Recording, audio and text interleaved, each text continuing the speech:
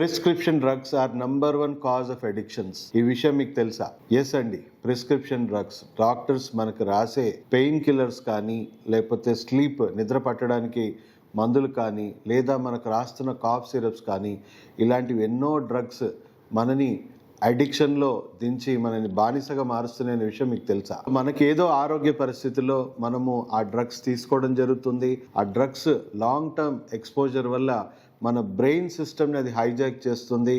Normal లైఫ్లో మనకు సుఖపెట్టాల్సిన, అంటే మన ఆహారంలోనో, మనకు నచ్చిన పనిలోనో, సెక్స్లోనో, రకరకాలుగా మన బ్రెయిన్కి రావాల్సిన ప్లెజర్ డోపమిన్ ఏదైతే ఉందో దానికంటే ఎక్కువ రెట్లు ఈ కెమికల్స్ మనకి పెయిన్ రిలీవింగ్ ఆస్పెక్ట్లోనూ మనకి ఇచ్చేయడం వల్ల, బ్రెయిన్ని సెడేట్ చేయడం వల్ల బ్రెయిన్ దానికి బానిసగా మారిపోతూ ఉంది. అండ్ డాక్టర్ అడ్వైస్ చేసినా చేయకపోయినా వాళ్ళు అలాగే ఆ మెడిసిన్స్ కంటిన్యూ చేసేయడము, దానివల్ల వాళ్ళ క్రానిక్గా వాళ్ళ గట్ హెల్త్ కానీ, వాళ్ళ లివర్ కానీ, వాళ్ళ కిడ్నీలు కానీ డ్యామేజ్ అయిపోయి పూర్తి స్థాయిలో కిడ్నీ ఫెయిలియర్ పేషెంట్స్ కనో, దీర్ఘకాలిక వ్యాధులతోనో వాళ్ళు సఫర్ అవుతున్నారు. సామాన్యులే కాదండి, ఈవెన్ డాక్టర్స్, ఫార్మసిస్ట్ కూడా విపరీతంగా ఈ డ్రగ్స్కి బానిస అయిపోతా ఉన్నారు. ఎందుకంటే వాళ్ళకి చాలా ఈజీగా ఇవి అందుబాటులో ఉన్నాయి. వాళ్ళకి అందుబాటులో ఉండడం వల్ల చాలా మంది నాకు డాక్టర్స్ ఫ్యామిలీస్ నుంచి నాకు ఎంక్వైరీస్ వచ్చాయి. ఫార్మసిస్టులు చాలా మంది నన్ను కనెక్ట్ అవుతున్నారు. జనరల్ పేషెంట్స్ కూడా వాళ్ళు మేము కంట్రోల్ చేసుకోలేకపోతున్నాం సార్, కంట్రోల్ చేసే ప్రయత్నం చేస్తే మేము విపరీతంగా విత్డ్రావల్ సిమ్టమ్స్తో ఇబ్బంది పడి మళ్ళీ ఆ డ్రగ్ తీసుకుంటేనే మేము నార్మల్గా బతకగలుగుతున్నాము, లేదా నార్మల్ లైఫ్కి కంప్లీట్గా డిస్కనెక్ట్ అయిపోతున్నాం అని చెప్పేసి చాలామంది తీవ్రమైన అడిక్షన్తో బాధపడుతూ ఉన్నారు. సో దీన్ని ఎలా మనం అధిగమించవచ్చు అనేది ఇప్పుడు ఒక రీసెంట్గా మేము ట్రీట్ చేసిన పేషెంట్ కేస్ స్టడీ ద్వారా మీకు చెప్పే ప్రయత్నం చేస్తాను. సో ఇటీవల ఒక ఫార్మసిస్ట్ తను విపరీతంగా ఈ టానిక్స్కి, కాఫ్ సిరప్స్కి విపరీతంగా అలవాటు పడిపోయాడు. అండ్ మనం చూసుకుంటే ఊర్లలో కూడా నాకు చాలామంది కేసెస్ వస్తూ ఉన్నాయి. కొన్ని వందల బాటిల్స్ మాకు ఎక్కడ పడితే అక్కడ ఊర్లలో దొరుకుతూ ఉన్నాయి. చిన్న చిన్న యంగ్ పిల్లలు ఈ కాఫ్ సిరప్స్ చాలా ఓవర్ ద కౌంటర్ ఈజీగా దొరకడం వల్ల చిన్న పిల్లలు కూడా దీనికి బానిసగా మారిపోతూ ఉన్నారని చెప్పేసి చాలామంది మాకు రిపోర్ట్ చేస్తున్నారు. కొన్ని కేసెస్ కూడా నేను ఇప్పుడు ట్రీట్మెంట్ జరుగుతూ ఉంది. సో ఇటీవల ఆ పేషెంట్ నన్ను అప్రోచ్ అవ్వడం జరిగింది. ఒక డాక్టరే నాకు రికమెండ్ చేయడం జరిగింది.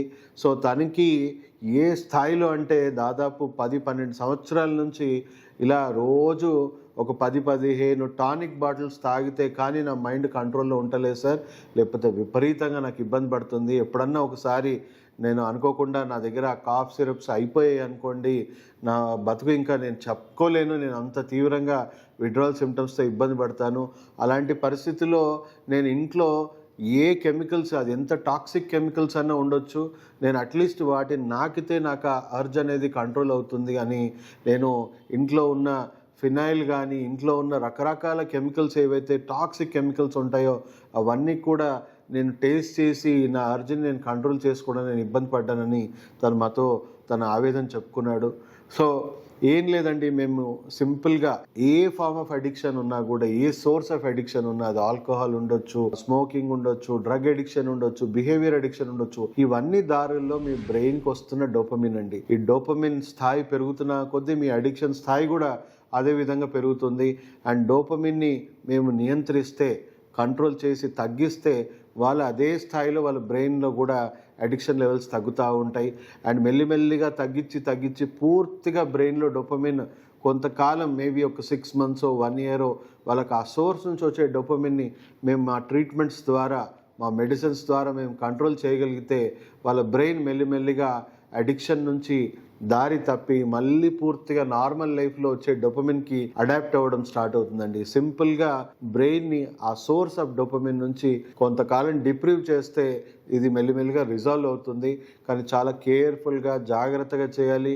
అండ్ వాళ్ళకి ఆల్రెడీ డ్రగ్ ఎక్స్పోజర్ వల్ల వాళ్ళ బ్రెయిన్లో, వాళ్ళ బాడీలో చాలా డ్యామేజెస్ ఉంటాయి. ఆ డ్యామేజెస్ని కూడా మనం తక్కువ టైంలో వాళ్ళని రిపేర్ చేస్తేనే వాళ్ళ బ్రెయిన్ మళ్ళీ సరిగ్గా హెల్తీగా ప్రాసెస్ చేసుకునే శక్తి వాళ్ళకి కలుగుతుంది. సో చాలా కేర్ఫుల్గా ఈ ప్రాబ్లమ్ని మేము ట్రీట్ చేస్తాం. పేషెంట్కి తెలిసి అయినా చేయొచ్చు, పేషెంట్కి తెలియకుండా అయినా చేయొచ్చు. ఇన్ కేస్ పేషెంట్ చాలా వాళ్ళ మెంటల్ హెల్త్ పాడైపోయి విపరీతంగా అబ్యూజివ్గా మారుతారు, చాలా యారోగెంట్గా, ఈగోయిస్టిక్గా మారుతారు. అలాంటి వాళ్ళు ట్రీట్మెంట్కి అసలు కూడా సహకరించరు. సో పేషెంట్ ఫ్యామిలీ మెంబర్స్ని మేము పూర్తిగా వాళ్ళ కౌన్సిలింగ్, ట్రైనింగ్ ఇవ్వడం ద్వారా వాళ్ళని ట్రైన్ చేసి వీళ్ళతో ఎలా బిహేవ్ చేయాలి, వీళ్ళ అడిక్షన్స్ని ఒక్కొక్క స్టేజ్ ఎలా నియంత్రించాలి, తెలియకుండానే మన మెడిసిన్స్ ట్రీట్మెంట్ని ఎలా వాళ్ళకి కలిగించాలి, ఇవన్నీ కూడా మేము ప్రాపర్గా ట్రైన్ చేసి, ఎందుకంటే పేషెంట్కి తను బాధితుడనే విషయం కూడా అర్థం కాని పరిస్థితుల్లో వాళ్ళ బ్రెయిన్ ఫంక్షన్ అవుతూ ఉంటుంది. సో వాళ్ళు స్వర్గంలో ఉన్నట్టే ఫీల్ అవుతూ ఉంటారు. బట్ అసలు బాధితులు ఎవరు అంటే వాళ్ళు కంప్లీట్ ఫ్యామిలీ మెంబర్స్ అండి. సో ఫ్యామిలీ మెంబర్స్ సహకారం ఉండాలి, తెలిసైనా తెలియకుండా అయినా ఫ్యామిలీ మెంబర్స్ సహకారం ఉంటేనే మనము పూర్తిగా పేషెంట్ని మన కంట్రోల్లో మనం మెల్లిమెల్లిగా వాళ్ళ డోపమిన్ క్రేవింగ్స్ అన్ని కంట్రోల్ చేస్తూ బ్రెయిన్ని కంప్లీట్గా నార్మల్ సోర్స్ నుంచి వచ్చే డోపమిన్కి అడాప్ట్ అయ్యి నార్మల్ లైఫ్ బతికేలాగా వాళ్ళని రీహాబిలిటేట్ చేయడానికి అది హెల్ప్ అవుతుందండి.